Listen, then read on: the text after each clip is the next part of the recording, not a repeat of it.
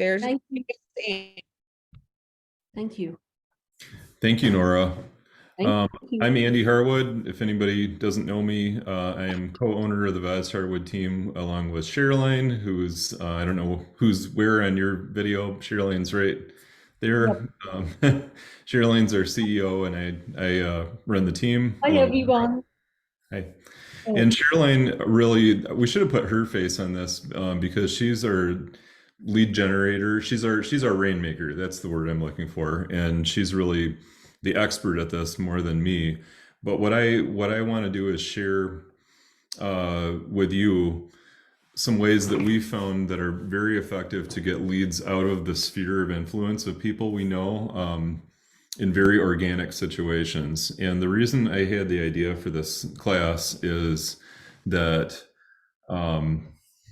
I think there's a very, very fine little nuance, little window where there's a spark of, in many, many situations, there's a spark of a lead going on, and you can either go down there and turn that into business, or it can fly right past like nothing. And I've thought about it so many times, like listings that we've sold and buyers that we've done, help them find a house. If we didn't have just one little conversation at just the right moment, that would never have happened. It never would have happened. So Sherilyn, just jump in, and I'll kind of drive a little bit here, but mainly I'd love to hear more about how everything you have to say about this, more than me.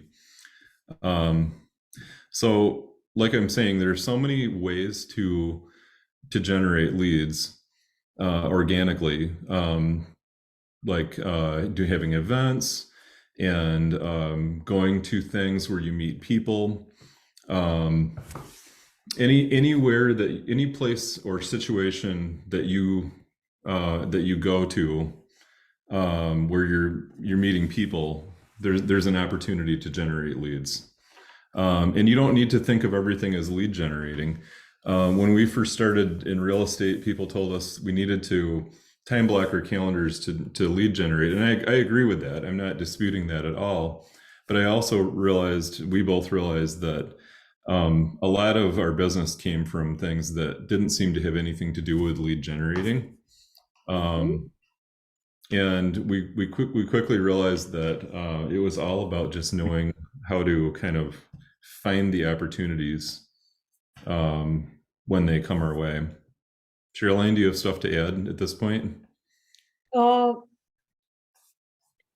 not at this point. Okay. But I would rather Okay, so I identified a few kind of like principles of this, and I just have a few, I think like 5 or 6 points here on this, and this process.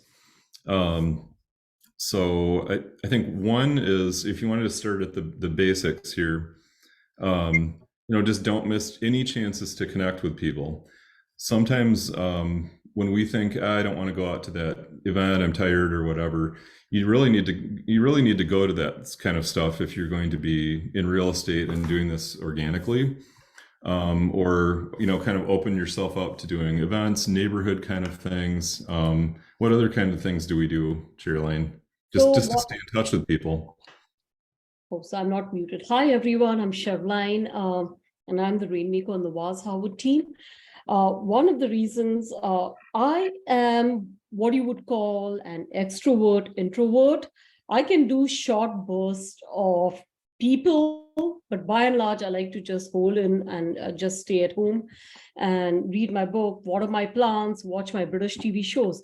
So accordingly, rainmaking is all traditionally everyone. The traditional ways of looking for leads, like cold calling, door knocking, etc., are very, very tough for me. And also keep in mind, I have an Indian accent. So if I picked up the phone and cold called, I would have people on the other line slamming down the phone saying, we're not buying property in India, or why am I getting a call from India, blah, blah, blah. And so I realized that was not working for me. And I also realized that door knocking, etc., was very uncomfortable for me because people would see a woman of color with a strange accent and, they would get very suspicious. So I had to get hyper creative about how I did open house, how I did lead generation. One of my fun ways, I lent back into what I love doing. I love throwing parties, even though, yes, so introverts do enjoy parties so long as it's in a controlled situation. So I would, since I love getting the community together because that's what we do in India. In India, we have I don't know if you know this, but we have 36 festivals. So there's always a way for neighbors to get together and have fun, etc. So because my whole family is in India, I was missing that component of it here in the States, That's right. especially Minnesota, because Minnesota, unless you're Minnesotan, people don't really want to be your friend and whatever, right? So, even though it hurt me in the beginning, I pretty soon realized, okay, I can either be whiny about it, or I could make my own, friends. So one of the first things I did was, when in my first year of starting this of starting the Vaz+Harwood team with Andrew, I'm very active on my Nextdoor app. And around that time, we had a new president at that time. Think to 2016. We don't need to name names. So on the Nextdoor app, I noticed a lot of people were complaining and whining and yelling and blah, blah, blah. And I figured in my mind, I just said, if these people met one another face to face, they would be perfectly nice individuals to one another. And I remember Andrew saying, yeah, that's a pipe dream in today's political thing. And I said, what can I do? So I put up a post just saying on the Nextdoor app to everyone in the Standish Erickson neighborhood, because that's where we lived. I just said, I'm going to host a Bollywood potluck party. I'll have a disco ball, I'll have Bollywood music, and have a Bollywood movie playing. The only criteria is you guys cook your favorite Indian food and bring over, and I'll be the judge. I didn't think, and my husband was like, oh, you're crazy. No one's going to come. I woke up to over 100, there were close to 100 likes and comments, and at the party, at that very first party, we had close to 50 people show up, and overnight everyone knew that we were realtors. So we did this consistently for the first 6 months, till it became bigger and bigger and bigger, and I didn't have like a venue, and we also got busier, but our listing business took off. So you built your own community. You build your own community. Exactly. So your sphere of influence. So my people are like, oh, you're SOI. In my case, my sphere of influence were Minnesotans who I knew, but wouldn't hire me.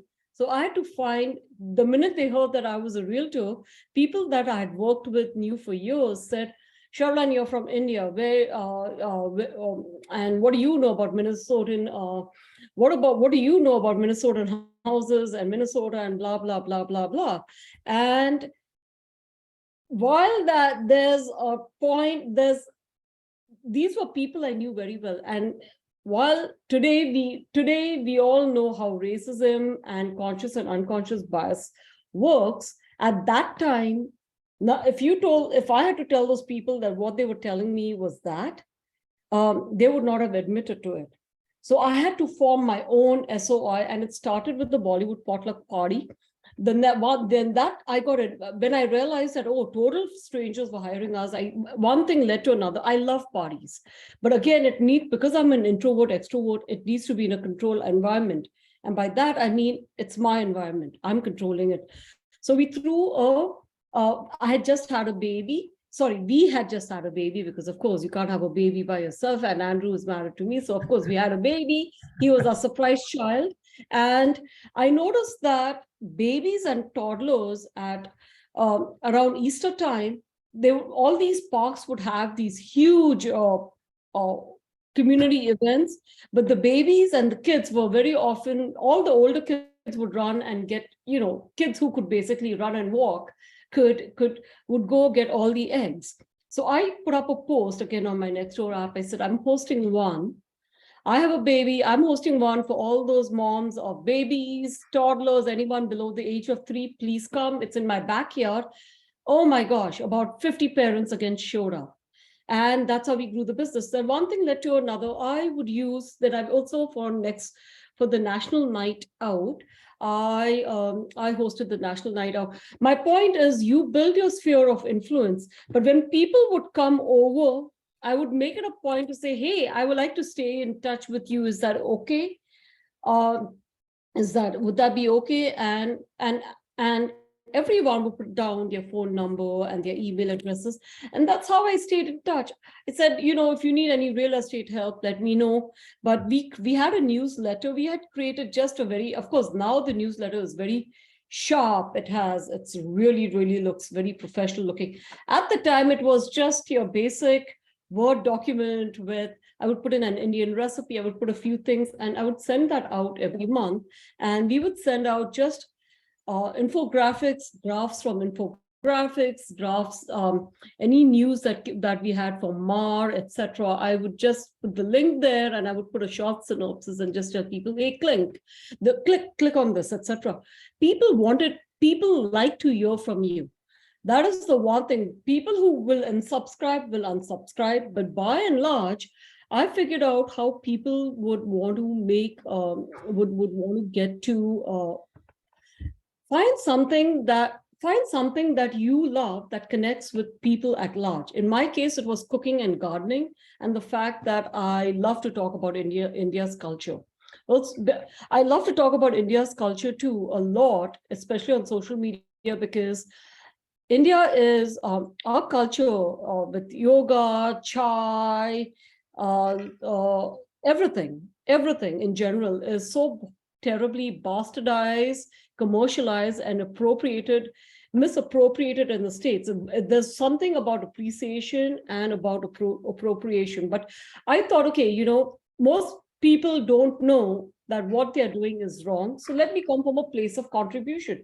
Real estate always talks about come from a place of contribution, but they don't really explain to you how that is. Now, very often the real estate version of come from a place of contribution is you give data, you give this, blah, blah, blah. But when all the realtors are doing that, it's boring, right? In my case, I figured out how do I differentiate myself as the brand, because I didn't really set out to be the brand until people started saying, okay, until I noticed people just following me in droves on social media, especially Facebook and LinkedIn.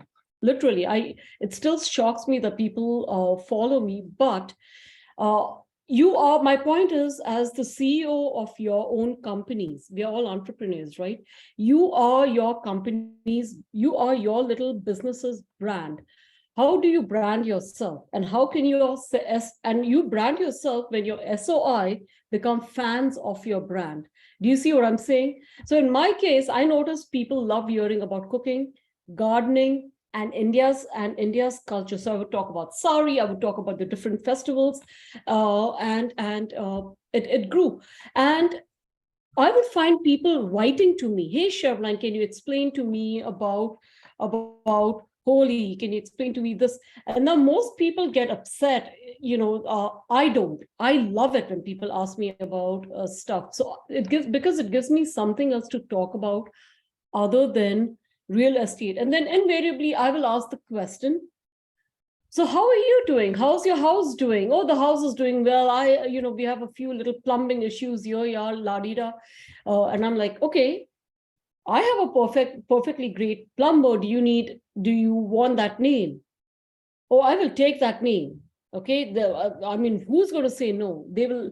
So I would stay in touch like that. And then 2 weeks later, I would reach out and say, hey, did that plumbing issue get solved? Yeah, you were brilliant. And I would be like, hey, by the way, I would love your help growing my business. Who do you know? I don't know any, who do you know? And then they'll be like, oh, I don't know anyone. And I'm like, would you at least consider thinking of me? Would you consider giving my name out? And people would say yes. So building community by coming from contribution. Can I give you a couple of concrete examples of how you do things that have at first they kind of blew my mind because I never thought like this before. And you paved the way for this for me. One time, probably more than one time, we've had stuff like from our kids, and I just took the whole thing to Goodwill. And Sherilyn says, "Why did you do that?" And I said, "Well, I got to get this stuff out of here." And she said, "Well, that was all my opportunities to connect with people. I was going to put up." And so subsequently, if there's something that we could, instead of donating, we can put on Facebook Marketplace for free, or just put it on Facebook and say, "Hey, does anybody want this? Whatever, this table we don't need." That's a chance. Then somebody we don't know from West St. Paul or South Minneapolis, where the two places we've lived, will reach out, and we meet that person, and then Sherilyn connects with them, gives them one of our magnets, and puts them in our database. And now they're friends on social media too. And I have another little concrete example.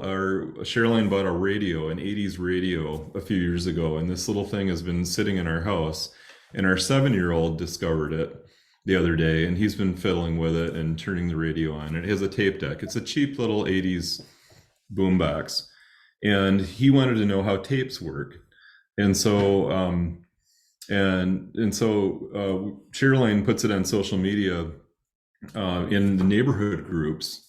"Hey, I'm looking for tapes. Does anybody have cassette tapes?"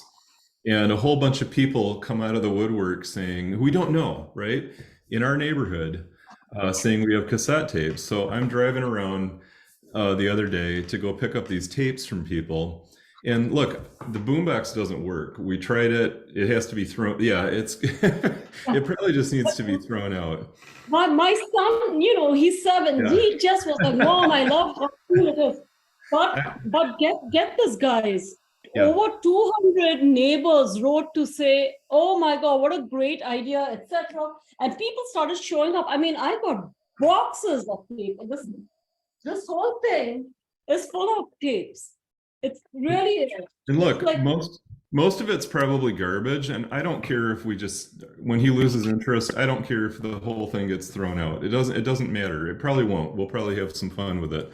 The point is just that little thing. That's why I put this in here about like retrain your mind. Like, is this thing that I'm doing in life, is there an opportunity to connect with somebody I don't know with a thing that you would never think about as a civilian? Now that you're a realtor, is there a way to connect with somebody? And then what happened was I put up pictures of Rex. I said, "Oh, the boombox is not working." And I put up pictures of Rex looking at the tapes because he had never seen a cassette tape. And I put it up, and I said, "You guys, the expression on his face, etc. You guys have made this happen. Thank you to." And I tagged all the neighbors who had donated the tapes, and those neighbors who donated became they sent me friend requests. And then that email, that one post got close to 300 likes. This is all in West St. Paul. And complete strangers saying, "Hey, can I be friends with you? Can I be friends with you? You seem pretty fun and cool and la-di-da." And I'm like, "Yeah, absolutely."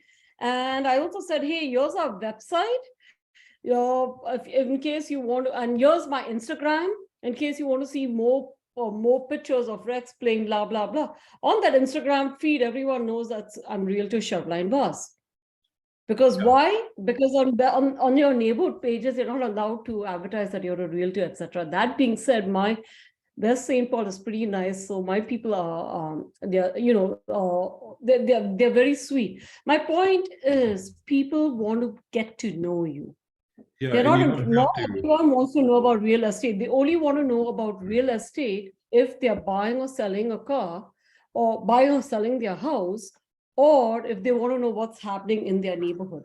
And guess what? What's happening in their neighborhood, they can find that on Zillow. So very often they don't reach out to a realtor unless the realtor broaches that topic. I'm sorry, Andrew, please go. No, I was just going to say, so you hit the two things I wanted to hit. So you've got to make sure these people know you're a realtor, and you can't put up ads on neighborhood groups and things like that. But this is how you build community, engage, ask neighbors for something. If anybody has XYZ or wants this or whatever, and then you can they can find out you're a realtor. I mean, they have to somehow. You have to get that in there, but you can also, and you definitely want to connect with them, get them, you know, friend them on Facebook. You can DM them and say thank you for liking my post, or thanks for the tapes, or what, you know, whatever it is, and then they start to come into your world, and that's how you can keep your sphere expanding with people you don't know yet, especially in your neighborhood, in your farm area where you live, communities that are important to you. Um, so I want to transition this from, okay, we're finding more people that we don't know. Now, how do we get leads out of this? How do we identify who's becoming a lead? And this is something that I coach our agents on, and I always want to keep hitting this point, because just like training yourself to look for opportunities to meet more people, you have to train your antennae, radar, whatever you want to call it, but you have a kind of like a lead antennae sort of thing, and that has to start twitching when somebody says the right things, because this is the critical point here, where if somebody mentions something about, and this is just in having conversations with people. Again, you don't have to necessarily be calling up and asking if they're know anybody who's looking to buy, sell, or invest in real estate in the next 90 days. This is just having conversations with people. This is where people tell you that they're expecting a baby. Are they going to outgrow their house? Or are they renting? Is the rent going up? Are they is the landlord doing something they don't like? Um, are they looking at another job? Is your job out of state? They're going to sell their house, right? So these are the triggers. These are the little key things that you need to have your antennae up at all times. And if you just let that information go, it'll just be gone, and there's no lead there. This is where you have to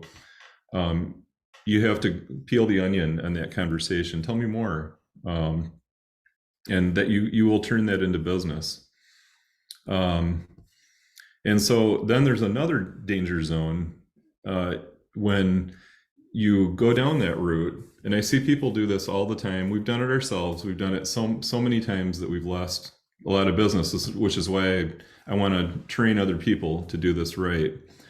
You have to train the person who's going to refer you.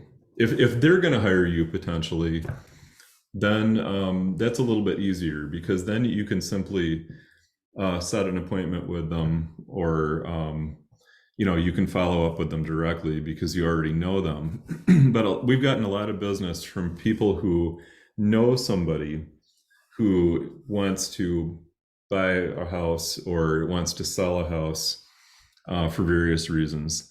And so here's what a lot of agents do. We've done it ourselves, and we've lost a ton of money. I'm sure a ton of closings. Is give them your business card. Will you give them my business card, or will you give them my information? That's a one-way ticket to never seeing that business, because they will never call you. So, and people don't understand this. The general public doesn't understand this. They think that because they know Sherilyn and Andy, if they give their neighbor our business card, they're going to call us, and then maybe we'll list their house. That it rarely happens. So you need to tell them that, or ask them, will you please connect us? Do you have their phone number and email? Would you connect us in a text or an email? Or do you have their information? Do you think they would mind if I gave them a call? Sometimes it's yes, sometimes it's no, depending on how well they know that person. But do you have more to add? Well, yes. So it's always very frustrating. It was very frustrating to me, especially early on in our career. People would say, "Oh, I know who you are. Aren't you Sherilyn Vaz, blah, blah, blah." And I would be like, "Yes." And my friends, they were looking to buy a house, and my friends gave us your name, but we looked you up on Google and we couldn't find you. And I said, "What do you mean you didn't find me?" Because in my head, we are very well branded. We are everywhere, right? But people would type in Vaz+Harwood, Hard, Hardwood, instead of Harwood, and they would misspell my name. So my name in my head, I think it's easy. Well, people don't, people could not phonetically spell my name. They would phonetically spell my name depending on how they heard it. So if someone mispronounced my name, they would, of course, write it as Sherilyn, blah, blah, blah, whatever, not Sherilyn Vaz. So I made it a point to, so now we are retraining all our past clients, because I actually made a detailed video. We also wrote out a detailed letter and send it out to everyone. Please, please, please, we would love to help your clients out, but do not just give our name or just pass our info to them. What works even better, and it breaks the ice, is when you say, when you either text message them and me, and you're on that, it's like a safe space for them. It becomes like a safe space, for safe zone for them to say, oh, hi Sherilyn, etc., vice versa. Same with an email or even a Facebook Messenger, Instagram Messenger, or LinkedIn Messenger, whatever is the mean of communication. The person making the referral should be the one introducing both of you, because then you can take it from there, right? But that, when the ice breaks, boom. Because invariably I've always asked, okay, so you didn't find me, who did you, why didn't you, so my next question was, if you didn't find me, why didn't you go back to your friend and ask them about my information or whatever? And they would just say, oh, another friend gave us a bunch of other realtors, so we just went with them. Okay. Yeah. It's as simple as that. So that will be gone so quickly, that lead, because they'll say, "Oh yeah, I heard about somebody that my neighbor knows, but who do you know?" And then But they'll get another because referral from another realtor. And I'm looking right now, like Jen, if someone said Jen Philip Quaid, I mean, I would, in my head, Quaid would be KW, whatever, Same with Rachel Lewesley and this. I would, in my head, I would phonetically spell the name down in this and in Google, and not perhaps find one of you, unless someone said, hey, meet Jen Philip Quaid. And I see, oh, it's a good thing she's introducing us. It's QUADE. And not anything else. And it's PILLER, not AR, like Pilar. So, it's little, it's the idea is, how do we plug all the holes in the lead generation machine? Yeah, and I Does that find when this is explained to people, they usually they understand it. It makes complete sense. They're like, oh, "Oh yeah, totally, totally." And not everybody is able to do it. Maybe they don't know their neighbor well enough to just put them on a text message, but you can ask them if they would approach their neighbor and ask if it would be okay if I called them, or if they would connect us directly. Most of the time they'll do it. see, same Uh, now, because I'm looking with Rachel Lewesley in my head. When Rachel and I first met at Lakes, I thought she said Leslie, and it was like, and then it was later on, it was LOES. Even Claire, like,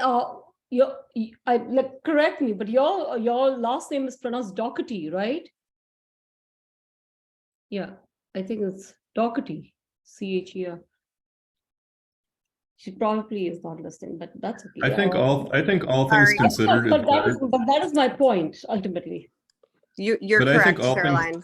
Yes, but do you see what I'm saying? If I had to hear it and I didn't see, now, of course, I went to a British school, so I know it's CHERT, because it's very, very British and Irish.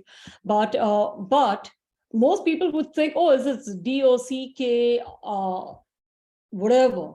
So, and hence it's very, very critical that people that are our sphere of influence or past clients email introduce or text introduce, so that the new person coming in, the new potential client, sees how you're spelled out. So Well, on that topic too, I think it is better. It's nice if you have a memorable name and you can use that to your advantage, rather than more of a generic, I don't know, real yes, estate sounding company sort of thing. I think that's great, but this is the danger of it, is that people won't find you. And one thing that's even more palpable for us is that um, we've found out subsequently that after somebody we knew referred somebody to us, they hired another Indian realtor who was using like Team Namaste or something like that, and they thought that person was us.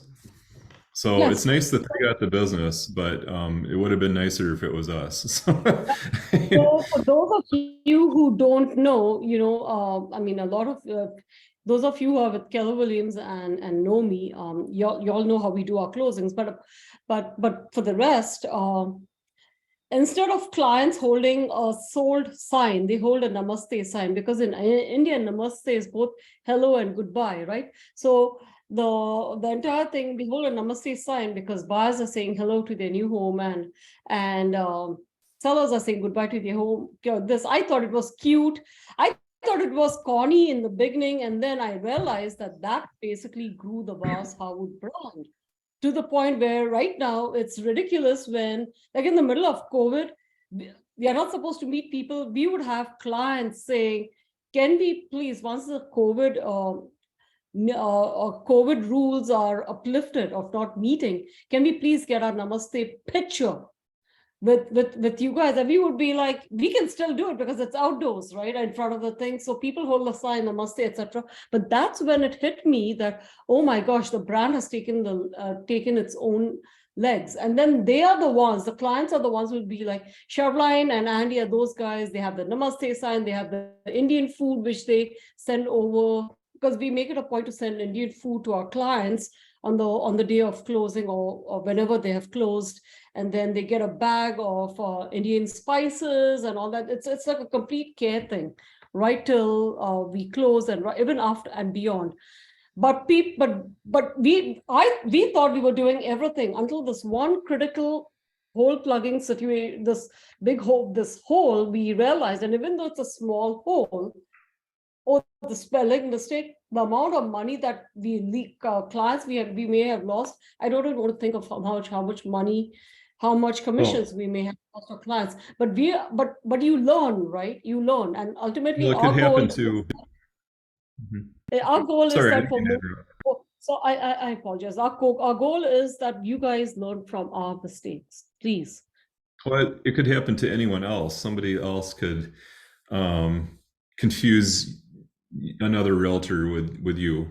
It happens all the time. There's just too many of us. So last thing I've got in here, and then we can do any Q&A or say goodbye.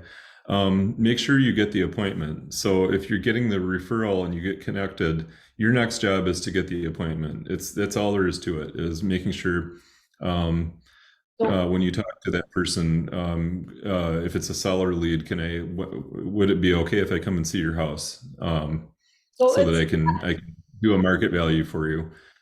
And one. that's the key thing for a buyer. Could we hop on a Zoom call or meet at my office or someplace convenient for you? What would be a good time? And here's what works with me, because very often people think, oh, she's because I make no pretense that even though I have an American citizenship, I have a very distinct Indian accent. So I make no pretense that very often Americans are nervous about calling me up a lot. 99%, believe it or not, I found that out because I love data and I love math. Love finding the stuff. So when I get introduced by text or email, I will text back and say, hey, hi, I'm going to give you a quick call in like literally 2 minutes. And literally the minute I send that, I call them up and it's like, hi. And I'll just tell them, hi, this is Sharline Vaz. How are you? I just thought I would give you a call, introduce myself. And I'm going to text you back. This is how I look. This is how I sound. But I would like you to know what I look like, even though you've seen my pictures. Ha ha ha. Little joke, right? And if that breaks the ice even further, would you be available for a Zoom appointment? And I always insist on a Zoom appointment rather than have an appointment over the phone, because I want people to see me. When they see me and they see me talking, I have tried talking over the phone, and I had four men. Women are okay. By and large, I've had conversations over the phone, and women are usually nicer.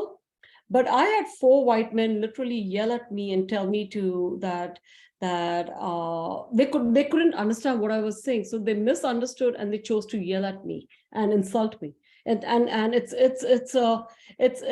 and you know, it's okay. While it hurt at that time, my recovery time is getting faster and better now. So 6 years in this business, but one of the protocols on the Vaz+Harwood team is we always do a Zoom.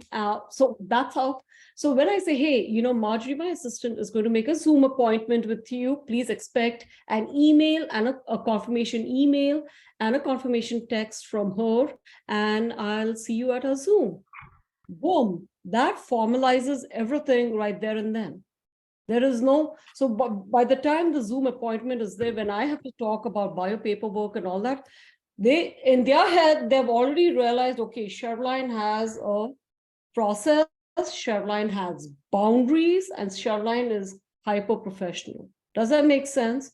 For me, it was critical for me to make all this, to set all this in place, just because, like I said, again, I'm from India, I have an accent. So people, I don't want, when people are talking to me, I don't want them to think in terms of Indian food, Bollywood, tigers, Taj Mahal, etc. I want them to see Sherline Vaz as the realtor. Make sense, guys? Great stuff. Well, And since all the people on our team or who are visiting us today are ladies, it's even more critical to do that, because as women we get judged even more and harder and harsher.